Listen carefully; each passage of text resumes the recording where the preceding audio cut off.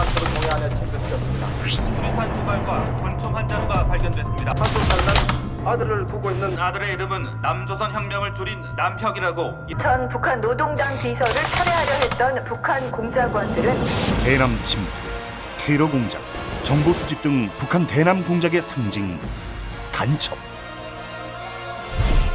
이제 간첩은 영화 속 이야기일 뿐이다. 간첩은 우리가 살고 있는 이 사회에 엄연히 존재하는 현실. 그러나 우리 곁에 은밀히 숨어들어 보이지 않는 공작을 펼치기에 더욱 경계해야 할 대상인데, 적화 통일의 야욕을 위해 대한민국 건국 이후 현재까지 이어지는 북한의 대남 공작 도발 간첩. 그 은밀하고도 위험한 도발의 실체를 지금부터 파헤쳐본다.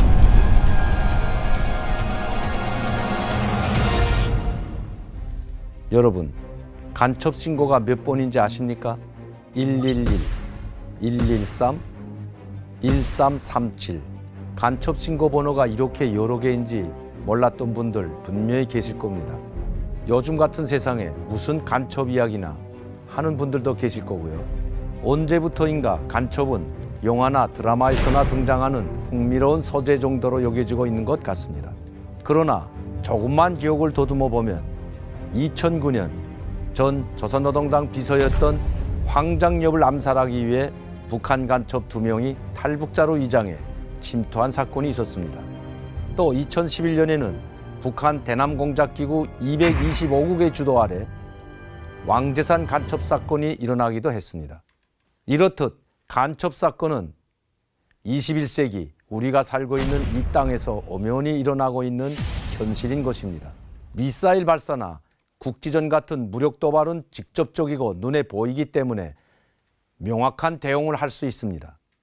하지만 간첩을 이용한 도발은 우리가 모르는 사이에 침투해 중요한 기밀을 빼내거나 주요 요인의 생명을 위협하는 등 그야말로 암암리에 진행되기 때문에 시작부터 끝까지 명확한 증거를 찾을 수가 없어 더욱 위협합니다. 은밀하고도 대범하게 우리 안으로 숨어들어와 보이지 않는 공작을 펼치는 도발, 간첩. 그렇다면 간첩 사건은 어떤 것들이 있었고 우리나라에 기록된 간첩 일원은 누구일까요? 1950년 6월 38선 이남과 이북의 분위기는 확연히 달랐다. 남침을 준비 중이던 북한은 군 전력을 38선으로 옮기며 크고 작은 도발들을 일으켰지만 남한 사회는 비교적 평화로웠다. 1950년 6월 24일 0시엔 내내 발령 중이던 군부대 비상경계령도 해제됐다. 그러자 장병 절반이 농산일을 돕기 위해 휴가와 외박을 나갔다. 누군가가 국군 작전을 공작해 오도했던 것. 주범은 김일성의 지령을 받고 서울에서 간첩 활동을 벌이던 성시백이었다.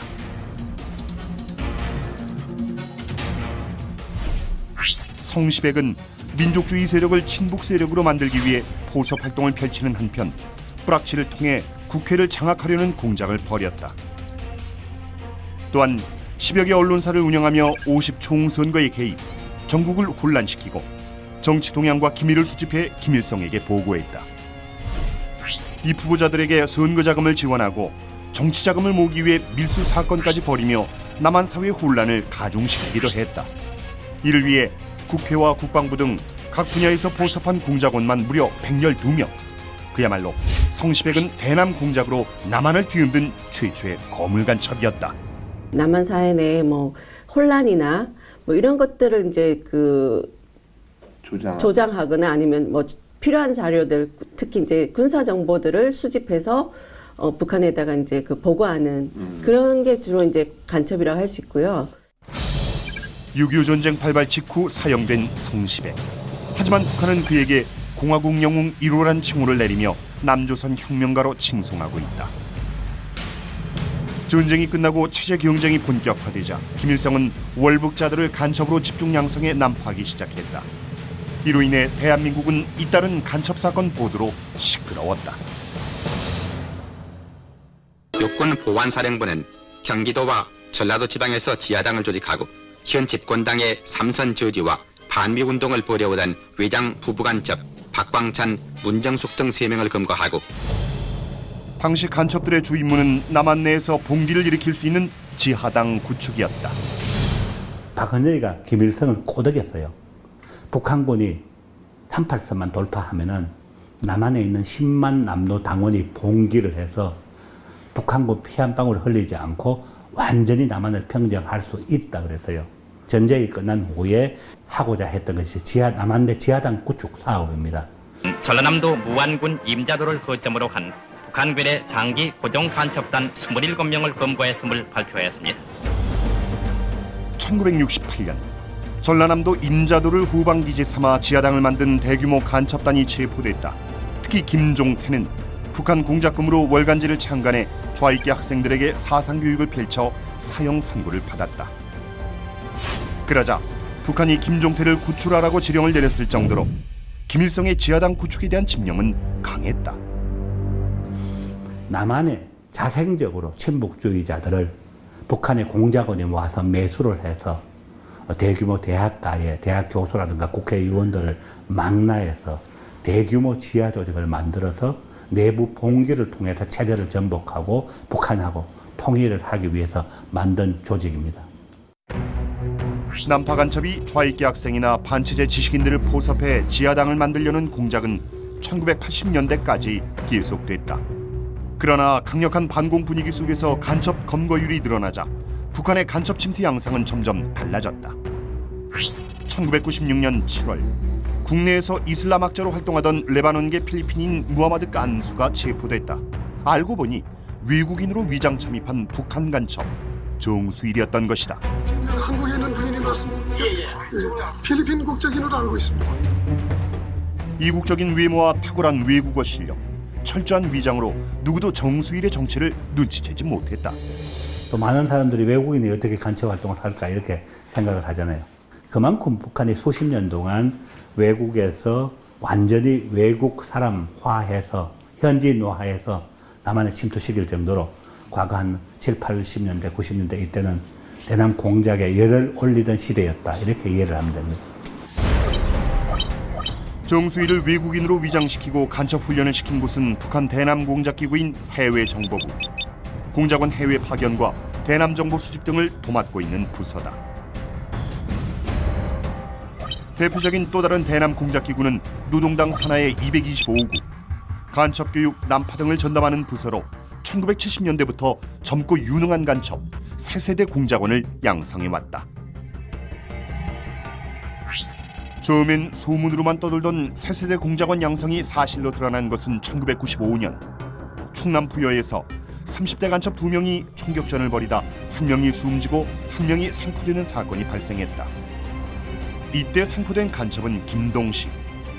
조사 결과 그는 15년 동안 간첩 교육과 남한 사회 적응 훈련까지 철저히 받은 새세대 혁명 공작원이었고 거액의 공작금까지 보유하고 있었다.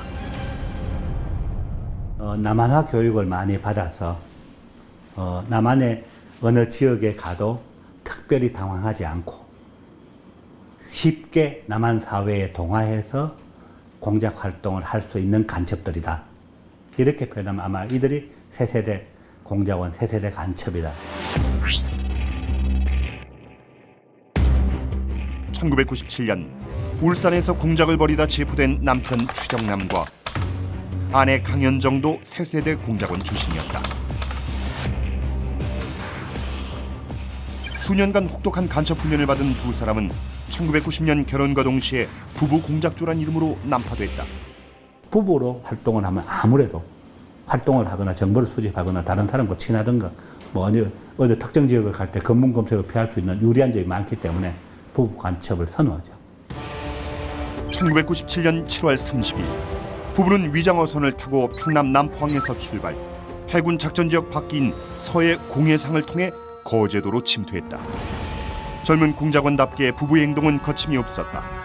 침투 이후 20일간 경주, 부산, 광주 등 전국 곳곳을 다니며 간첩 장비 은닉 장소인 드보크를 확보했다. 또한 서울 지하철 공사에서 근무하고 있는 고정간첩 심정웅과 접선해 활동 상황을 점검했다. 유사시 서울 철도망과 지하철망을 폭파시킬 목적으로 40년 가까이 철도 업무에 종사한 자였다. 포섭 대상자의 신고로 침투 수억 달 만에 체포된 부부. 그러나 아내 강연정이 립스틱 안에 숨겨온 독약 앰플을 먹고 자살해 혹독한 북한의 간첩 교육 실상이 드러나기도 했다.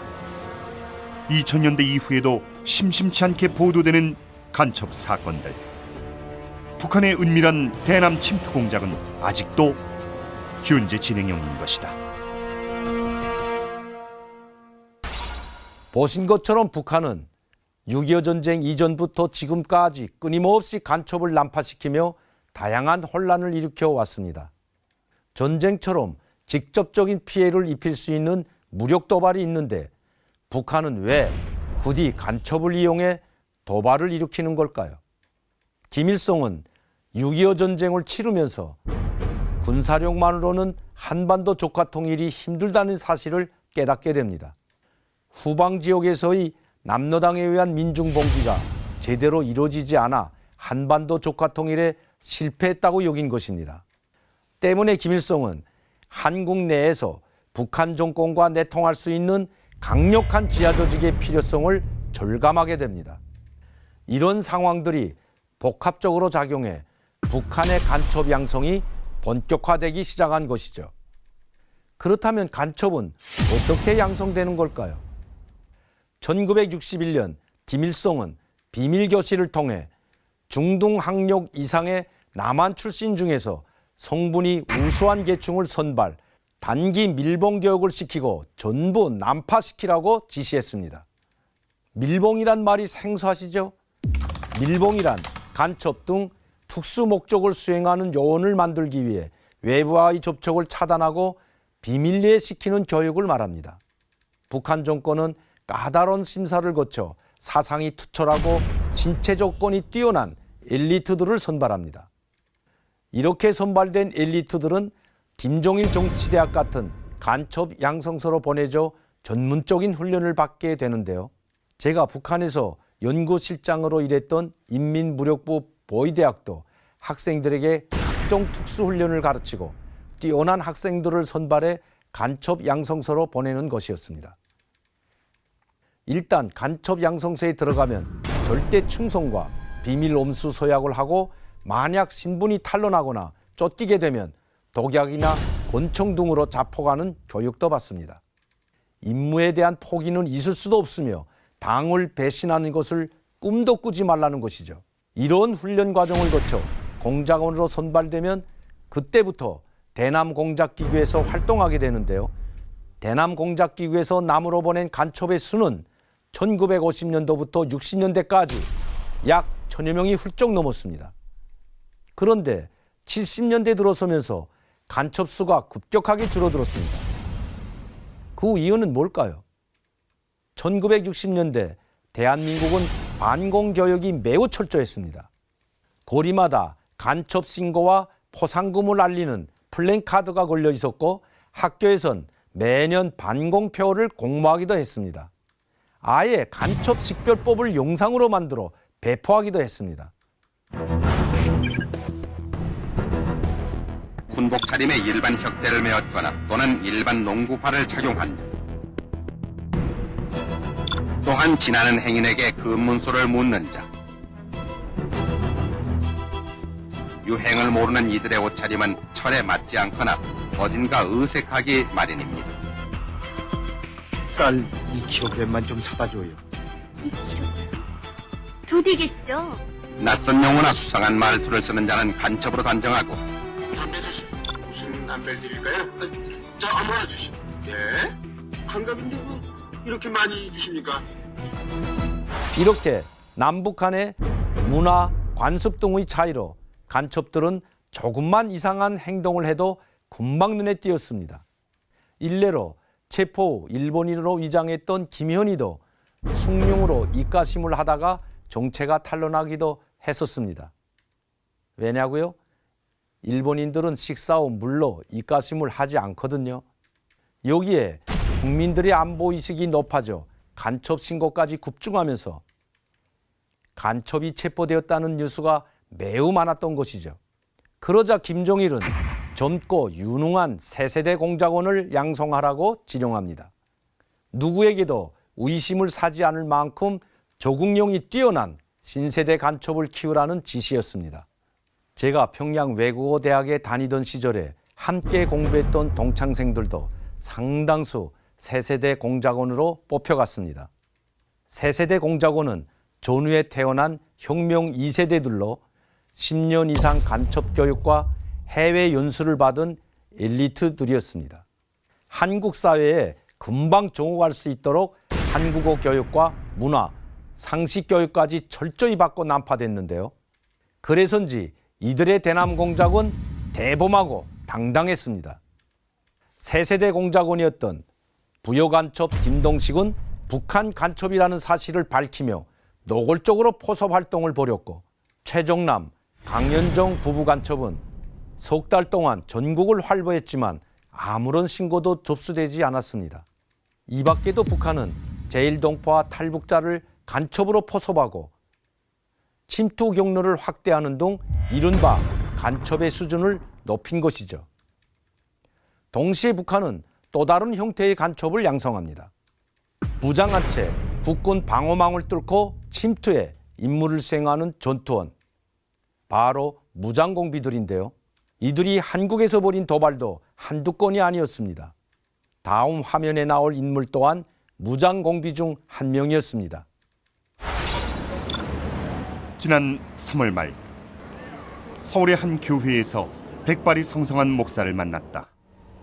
벌써 40년 넘게 목회자의 길을 걸으며 제2 인생을 살아왔지만 사실 그는 북한에서 특수훈련을 받고 난파된 무장공비였다. 지금 내가 68년도에 1월 20일 날에 북한 무력부 총정찰국에서 내가 지령받고 나올 때 그때 27살이었는데, 그는 1968년 북한이 일으킨 이른바 121 사태의 유일한 생존자 김신조 씨다. 1월 21일 밤 10시경 북한군의 무장간첩단이 어둠을 타고 감히 서울까지 와서 난동을 부렸습니다. 1968년 1월 21일 북한 무장공비 31명이 청와대 턱밑까지 침투했다. 대대적인 소탕작전이 이루어진 끝에 29명이 사살됐고 1명은 북으로 도주했다. 그리고 1명이 투항하면서 상포됐다. 그가 직접 밝힌 침투의 목적은 대한민국을 충격으로 몰아넣었다. 이번에 어떠한 임무를 가지고 내려오는 사람들이에요. 기본 청와대를 중심으로 해가지고 청와대 내비는 박정희 대통령을 따를 거하고, 바로 대통령 암살 기도였던 것. 당시 대한민국은 강력한 반공주의를 선언한 박정희 정권이 등장해 경제성장에 박차를 가하고 있었다. 경제개발 5개년 계획 아래 수출 중심 산업을 육성해 나갔고 경기도 점점 활기를 띠었다. 김일성에겐 그냥 두고 볼 수 없는 일이었다. 저 남한의 박정희라고 하는 대통령을 제거하면 남한 정권을 흔들고 자기가 원하는 그런 정권을 세울 수 있다. 또는 자기들이 제2의 유교를 통해서 남한을 석권할 수 있다라는 그런 계산을 하는 거예요. 그래서 결과적으로 60년대 들어서 이 1, 2, 4군 부대라고 하는 특수 부대를 집중적으로 양성을 하고, 북한 민족보위성 정찰국 산하에 1, 2, 4군 부대를 창설한 것, 오로지 대남 침투를 위해 만들어진 특수 게릴라 부대였다. 1, 2, 4군 부대원들은 수개월 동안 야전 생존 훈련, 산악구보 등 혹독한 훈련을 받아야 했다. 훈련이 아주 강합니다. 특수 훈련인데, 이 부대가 앞으로 대한민국 후방을 장악해가지고 대한민국을 모든 군대와 모든 산업시설을 장악하는 이런 특수 임무 부대입니다. 암살 지령을 받은 북한 무장공비 31명은 1968년 1월 17일 오전 개성을 출발. 미군과 육군의 감시를 피해 철책을 뚫고 17일 자정에 휴전선을 통과했다. 철저한 위장과 은밀한 야간 사냥, 누구도 이들의 침투를 눈치채지 못했다. 국군복을 입고, 그 다음에 이제 계급장도 내가 위장으로 하사, 이름은 김창수, 이름을 가명을 하고, 그러니까 침투하면 밤에 침투하죠. 그러나 잠복고 이거 초소가 있지만 그건 모르게 들어온단 말이에요. 남한 침투에 성공한 공비들은 임진강을 지나 1월 19일 경기도 파주 삼봉산에 도착했다. 그런데 그만 산에서 나무를 하던 우시 사형제와 마주쳤다.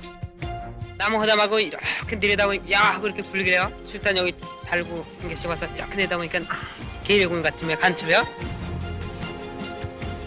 사람과 마주치면 곧바로 죽이는 것이 그들의 원칙. 그러나 공비들은 사형제를 죽이는 대신 포섭하기 시작했다. 우리가 이북에서 혁명을 왔다. 이제 곧 우리 남조선 해방된다. 우리가 신고하면 너를 죽여버리겠으니까 그들이 이게 시계도 주고 포섭하고 이렇게 우리 사람을 만들었죠. 공산당 입당시키고. 그러나 풀려난 형제들이 다음날 군부대에 신고하면서 수색 작업이 시작됐다. 국군은 진로 방향을 예측해 수색 포위망을 몇 겹으로 쳤다. 그런데도 이들의 행적은 좀처럼 확인되지 않았다. 무기 투정 식탄 350발, 수탄 14발이에요. 딱 20kg입니다. 이거 들려먹어 1시간 12km. 중무장을 한 채로 시간당 12km를 이동하는 강행군으로 일찌감치 포위망을 벗어난 것이다. 31명의 공비들은 야간 산행만으로 진관사 계곡을 지나 1월 20일 밤에 청와대 뒷산인 북악산에 다다랐다. 북한을 떠난 지 불과 4일 만의 일이었다. 이제 청와대 침투를 목전에 둔 상황. 그런데 계획에 차질이 생기고 말았다. 어두운 밤 눈 덮인 산을 더 타다가는 계획된 시간에 임무를 수행할 수 없게 된 것이다. 그래서 침투 루트를 도로로 변경, 자하문 고개까지 진입한 순간 공비들은 경찰과 마주쳤다. 창원중학교고 여기서 그러니까 시간이 그때 몇 시라고 했죠? 그때 68년도 1월 21일 날에 아마 10시 반 정도. 이게 종로 관할이거든. 종로 경찰서 관할이에요. 종로 경찰서장 지금 돌아간 최기 서장이 여기서 만났거든. 순경 두 사람하고 만났다고요. 그러면 지 사복을 했거든. 안에도 만정부장 우리가 바바를 코드했는데 오반에 뭘 했냐 그러니까 아무것도 없다니까 이분이 오발에 제낀 거야.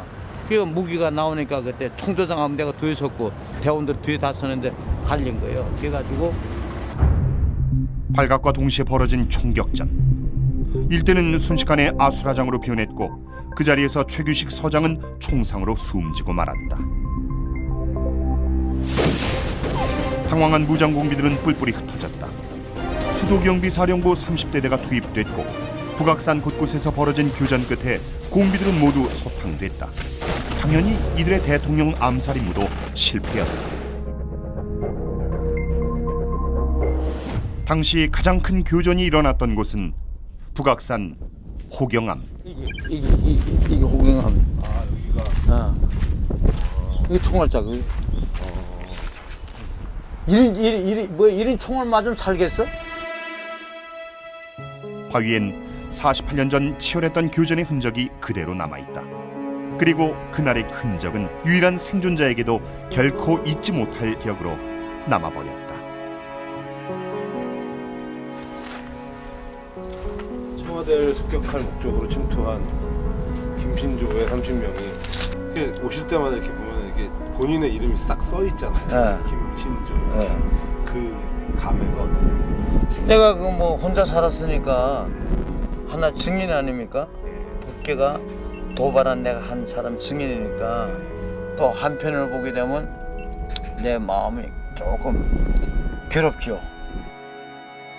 대통령을 암살하려고 했던 청와대 습격 사건은 대한민국 국민들에게 큰 충격과 공포를 주었는데요. 당시 북한 방송에선 이렇게 보도했습니다.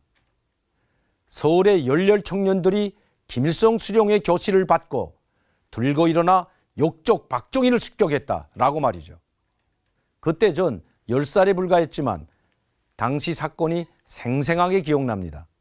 당시 북한 최고의 인기 프로였던 남쪽에서 온 편지라는 라디오 방송에서 이 사건을 드라마로 만들어 공전의 히트를 기록했습니다.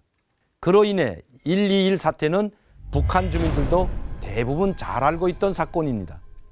그런데 제가 한국에 와서 사건의 주역이었던 김신조 씨를 만나 진실을 직접 들었을 때는 정말 충격적이었습니다. 게다가 북한이 자신들이 보낸 전투원들의 시신조차 받아가지 않았다는 사실에 분노가 끓어오르기도 했죠. 그런데 김일성은 왜 이렇게 무모한 도발을 지시한 걸까요?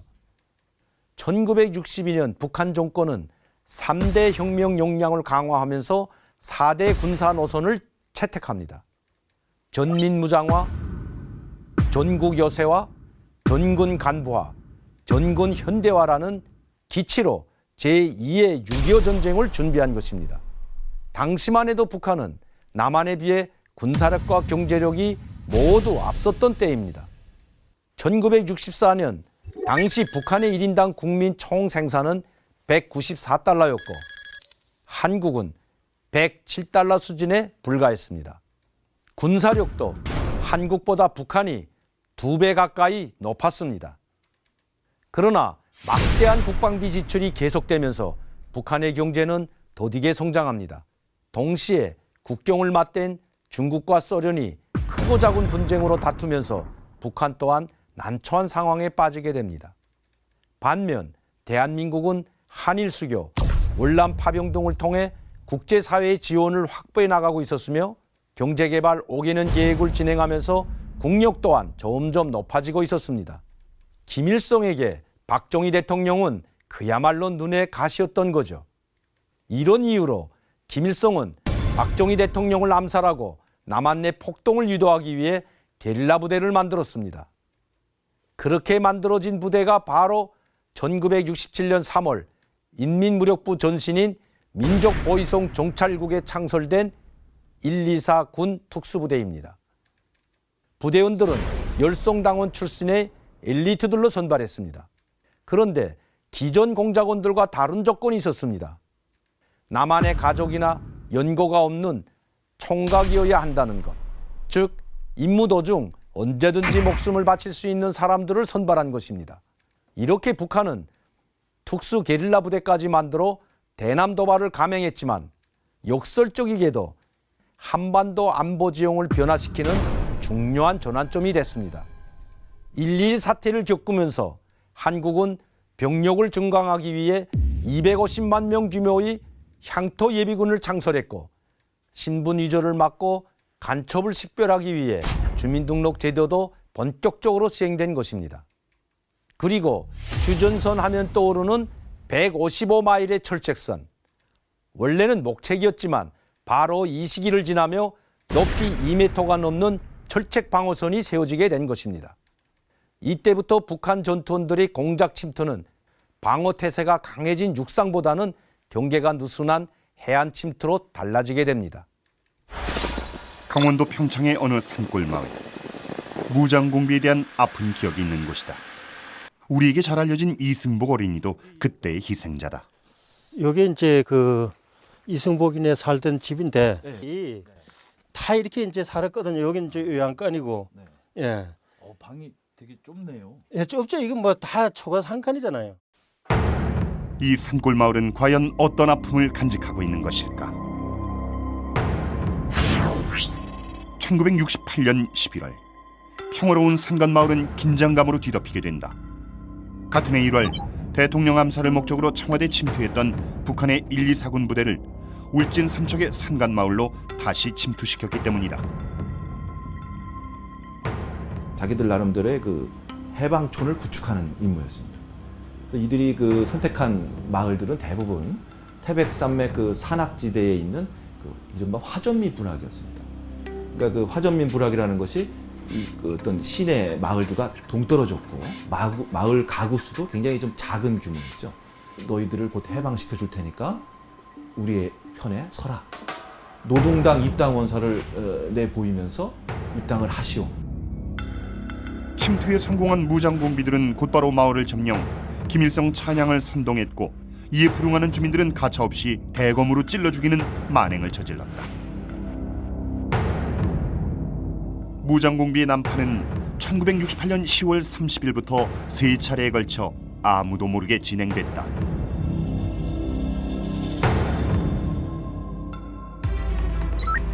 (120명이나) 되는 인원이 대한민국 깊숙이 들어온 경로는 바로 해안이었다. 무장공비들은 특수정을 이용 30명씩 2차례에 걸쳐 해안에 상륙했고 세 번째는 무려 60명이 상륙했다. 이건 뭐 무장공비라고 할 수 없을 정도였거든요. 이건 거의 대규모 특수부대의 전면적 침투라고 볼 수 없는 무장공비 침투의 차원을 넘어서 버린. 사건 발생 4일 만에 상황을 보고받은 대간첩대책본부는 강원 정선 영월 삼척지구에 일종 사태를 선포했다. 포위망을 구축하고 소탕작전에 돌입한 결과 공비 113명을 사살하고 7명을 생포했다. 이로써 2개월간의 소탕작전이 종료된 것이다. 하지만 이후로도 북한의 해안 침투는 계속됐다. 주업 선박으로 위장한 북한의 간첩선이 삼면이 바다인 한국의 지리적 특성을 이용해 지속적으로 해안 침투를 강행한 것이다. 60, 70년대 남한에 비해 해군력이 앞서던 북한은 간첩선을 이용한 해상 침투를 끊임없이 시도했다.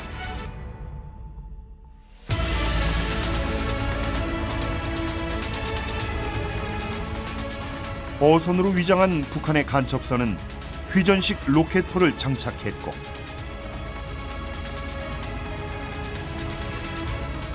두 개의 고성능 엔진을 달아 빠른 침투가 가능했다. 북한은 이뿐 아니라 해안 침투용으로 반잠수정까지 이용했다. 남측의 이제 경계가 강화되고 어떤 몇 번 실패를 거듭하면서 또 그런과 동시에 어떤 해상 침투의 수단도 같이 이제 발전을 하는 거죠. 뭐 잠수정이나 어떤 선박이나 이런 것들이 발달을 하면서 또 새로운 루트로서 해상 침투가 이제 가능해지는 거고.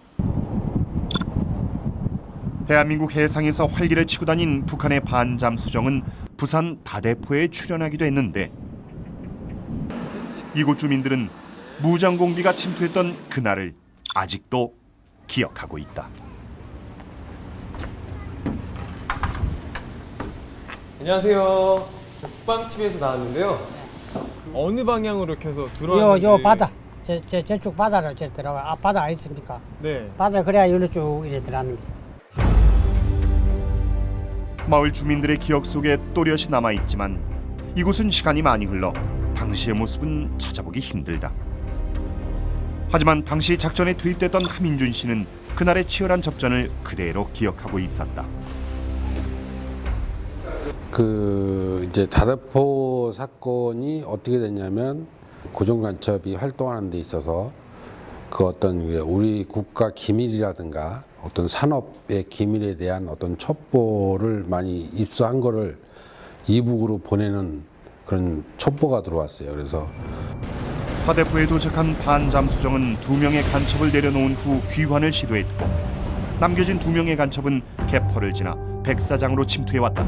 이제 바다가 이렇게 돼 있잖아요. 예. 이렇게 돼 있는데 여기가 이제 횟집이 이제 쭉 이렇게 있었고 접선 장소가. 그래서 얘들이 여기서 상륙을 해가지고 일로 들어와서 이렇게 가기로 했었는데 그러니까 여기 올라가. 여기는 초소가 있으니까 여기는 못 갈 거고 이쪽으로 이렇게 들어가는 것이다. 잠수정에서 내려 잠수복을 입고 해안가로 헤엄쳐오는 것은 수월했지만 초소와 목책으로 가로막힌 길을 넘어서기란 만만치 않았다. 결국 우회했던 간첩들이 매복해 있던 우리 군과 마주하게 됐고 곧바로 육탄전이 이어졌다. 동시에 귀환하려던 잠수정은 해군에 의해 폭파됐다. 정확한 전략 덕분에 빠른 시간 내에 작전이 성공했지만 하민준 씨의 기억 속엔 숨가쁘게 아슬아슬한 순간이었다. 그 전축남이는 위기의식에서 수류탄을 갖다 깠죠. 까가지고 던지려고 하는 거를 잡은 거야, 이렇게 두 손으로. 한쪽 손을 갖다가. 그걸 같이 이제 합세해서 이제 진압을 하고 자갈을 물렸던 거죠. 그렇게 해서 전축남이하고 이상기 두 사람을 생포를 하게 된 거지. 그 당시 생포된 전축남과 이상규가 밝힌 침투 목적은 국가 주요 시설 파괴. 북한 정부는 왜 그런 지령을 준 것일까? 80년대에 북한에서 대단히 배가 아플 시기였죠. 왜냐하면 한국이 산업화 고도화가 성공을 하고 이제 경제 수준도 올랐으면서 이른바 이제 국제 대회를 유치하기 시작해요. 서울에서 열릴 대규모 국제 행사 88 서울올림픽. 남한 내에 경제적으로나 사회적으로 많은 발전을 가져다 줄 것이 뻔했기에 북한은 이를 저지해야만 했던 것이다. 국제 대회를 개최할 수 있는 능력이 한국은 없다는 걸 세계에 알려주고 싶어요. 이제 한국에 대한 그 무장 공비를 침투시키면서 불안을 조정하려고 하죠. 그러면 국제사회가 한국이 아직도 군사적으로 위험한 지역이라구나 라고 판단을 하게 되면 어떤 커다란 국제 행사가 한국에서 열릴 수 없죠. 이런 걸 노렸거든요. 그동안 무장공비들의 침투 경로는 크게 두 가지였습니다. 휴전선을 넘어 육로로 들어오거나 고기잡이 호선을 이용해 해안으로 침투하는 경우입니다. 그런데 1.21 사태 이후 우리 군의 휴전선 방위 태세가 강화되면서 북한은 육로 대신 수중 침투에 집중하게 된 것이죠. 결국 70년대부터 북한에 인접한 동해와 서해를 비롯해 머나먼 남해안까지 무장공비의 침투가 이어졌습니다. 여기엔 북한이 공들여온 수중장비가 한 몫을 했습니다. 북한은 우리보다 30년 앞선 1963년에 이미 소련으로부터 1,400톤 규모의 잠수함을 도입해 일찍부터 수중 전력을 강화해 왔습니다. 간첩선도 처음에는 고기잡이 배나 고무보트 수준이었지만 기술력을 축적하면서 쾌속종을 이용하게 되었는데요. 당시 우리가 보유하고 있던 경찰 경비종은 20톤급의 10노트 속력 수준이었던 반면 간첩선은 30톤에서 70톤급의 최대 35노트 속력을 갖고 있어 잡을래야 잡을 수가 없었습니다. 당시 우리 군도 함정 건조 계획을 세우고 경비함도 배치하며 해안 경비를 강화했지만 북한의 도발은 끊이지 않았습니다. 1980년대 서울올림픽 등 국제 행사가 잇따라 개최되자 무장공비들은 보다 공격적인 임무를 부여받습니다. 경북 월성과 울릉도, 부산 다대포 등에서 군사정보를 수집하고 주요 기관 시설들을 폭파시키는 임무였습니다. 사회 혼란을 일으켜 대한민국의 국제 이미지를 실추시키겠다는 의도였던 것이죠. 당시 북한은 은밀한 잠입을 위해 대남 침투용 수중 장비까지 개발한 상태였습니다. 특히 다대포 사건 때 사용된 반잠수정은 해안 가까이 잠수 운항할 수 있도록 수중 추진기를 장착했고 레이더 추적을 피할 수 있는 특수한 형태를 띠고 있었습니다. 이렇게 무장공비를 이용한 북한의 수중 침투 도발은 90년대에도 계속됐습니다. 1996년 9월 온 국민을 혼란에 휩싸이게 만든 사건이 발생했다. 강릉 안인진이 앞바다에서 북한의 잠수정이 발견된 것이다.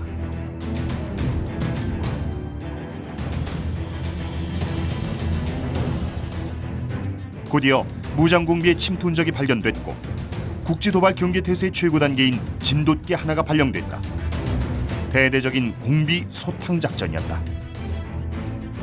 심각한 군사도발 행위임이 분명하며 앞으로 제2, 제3의 군사도발을 겨냥한 전투 정찰 행위로 분석됩니다. 동해안에서 또 북한 잠수정이 발견됐습니다. 간첩선 격침 소식입니다. 우리 어선 그물에 걸린 북한의 반 잠수정은 80년대 간첩선과 반잠수정을 이용해 침투를 계속했던 북한.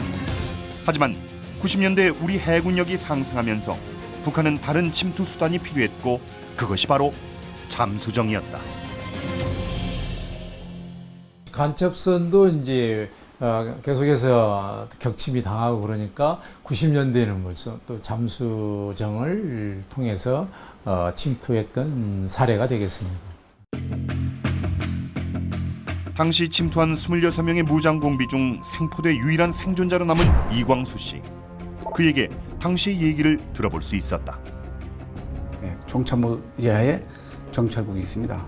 정찰국 해상 침투부대에 있었죠. 북한 해군에서 생활하면서 어뢰를 다뤘는데 이후 전양의 해군 교육사령부 정훈 안보교관으로 근무하고 있는 이광수 씨. 그가 과거에 받은 간첩 훈련은 상상을 넘어섰는데 수영을 20km까지 했었거든요. 조류가 흐를 때 내가 어느 방향으로 몇 도 방향으로 가면 얼마큼 흘러내릴 것이다. 그거 다 타산도 해야 되고 잠수복 입고 물속에서 10시간 가까이 훈련을 받고 훈련을 받던 그는 승조원 임무로 공작조를 안전하게 침투시키라는 지령을 받고 잠수정에 올라탔다. 26명인데 거기에는 그 감시하는 사람 있고 승조원이 있고 그다음에 안내조가 있고 그다음에 공작조가 있죠. 이렇게 4개 부류가 됐어요.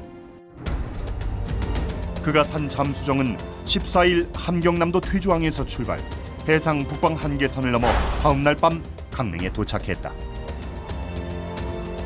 강원도 강릉 가서 부대들이 위치, 하다못해 잠복초소에 이르기까지 정확히 알아가지고 와야지만.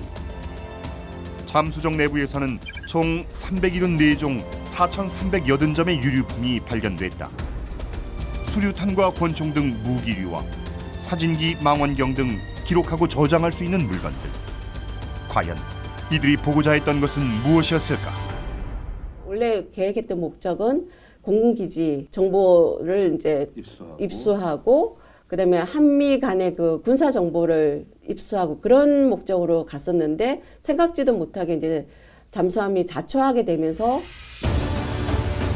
군사적 정찰을 마친 무장공비들은 북상하려 했지만 잠수정의 좌초로 해상 복귀가 불가능해졌다. 이후 배를 버리고 육상 복귀를 위해 강릉 해안으로 침투하게 된 것이다.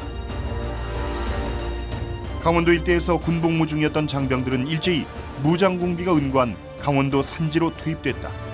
저희 부대가 이제 이사단 17년대에 제가 하고 있었는데 그때 당시 이제 그 출동 명령을 받고 작전에 출동을 해서 약 그 40일 넘게 작전을 실시했습니다. 1996년 9월 18일부터 11월 5일까지 진행된 수색작전. 북한 무장공비들은 뿔뿔이 흩어졌고 더 깊이 숨었다. 그 군인들 쫙 올라오게 되면 저는 뭡니까? 이런 땅굴 같은 데 였습니까? 하수도 같은 이런 거 관이 있잖아요. 응? 거기에 들어가서 앞에는 그 풀로 딱 막아놓고 응? 못 보게. 우거진 수풀과 돌로 이루어진 험준한 산지에서 돌발 상황에 특화된 무장공비를 잡는 일은 그리 쉽지 않았다. 이 과정에서 우리 군인 9명, 경찰과 예비군 각 1명 등 11명이 희생됐다. 그런 험준한 지역이다 보니까 한두 명의 숙달된 이 전투원을 추적하기에는 대단히 참 쉽지가 않았다 이렇게 말씀을 드리고요. 긴 전투 끝에 침투한 무장공비 26명 중 24명이 사살됐고 1명이 도주 그리고 1명이 상포됐다.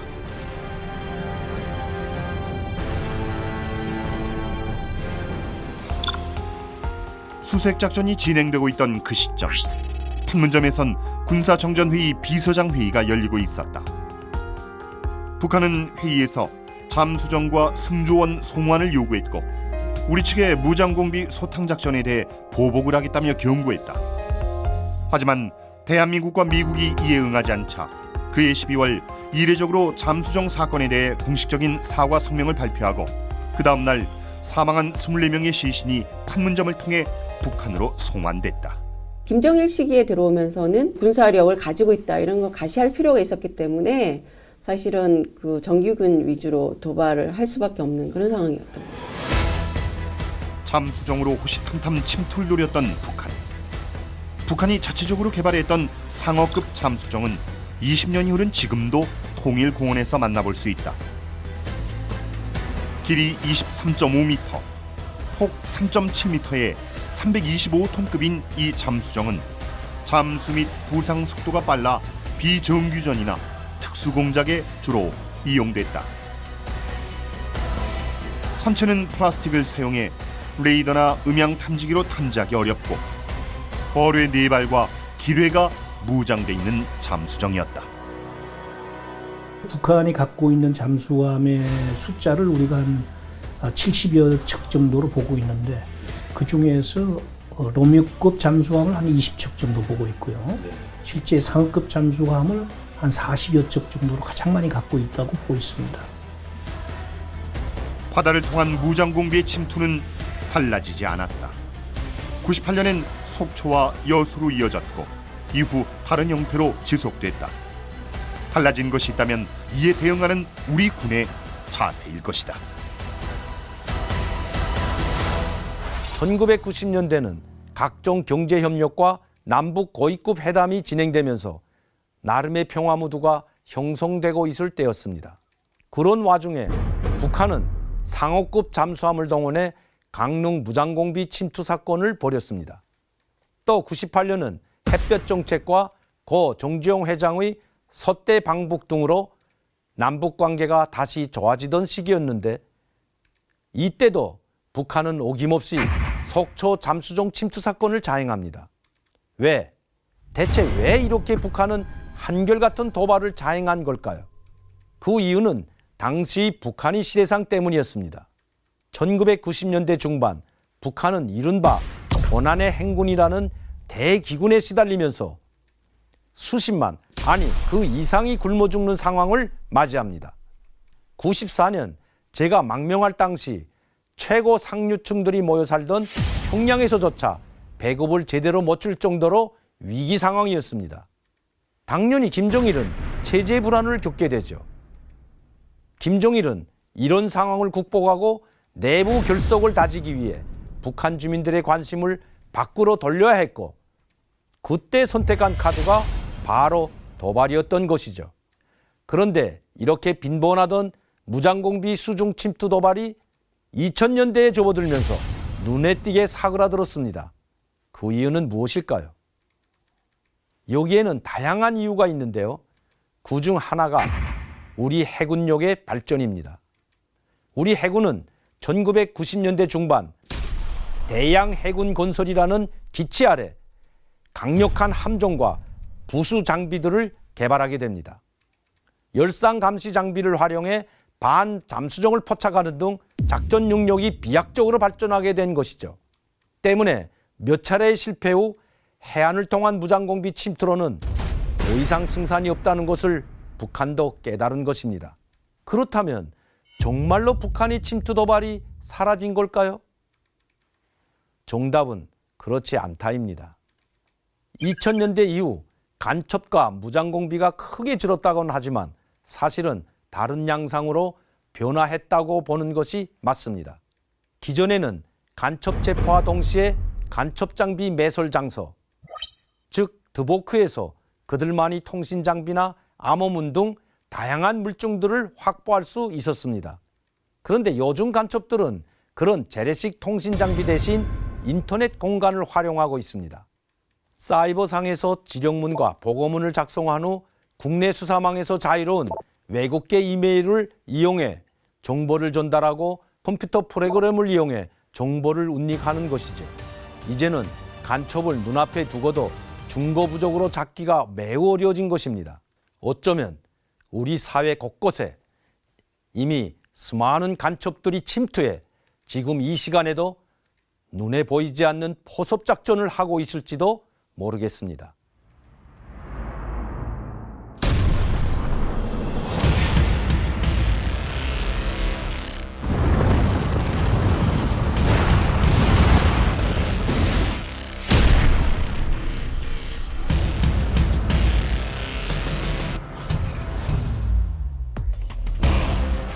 흥 하고 폭음이 들리더만은 물기둥이 한 10몇 메터 이렇게 확 일개 사단이 침투할 수 있는 규모예요.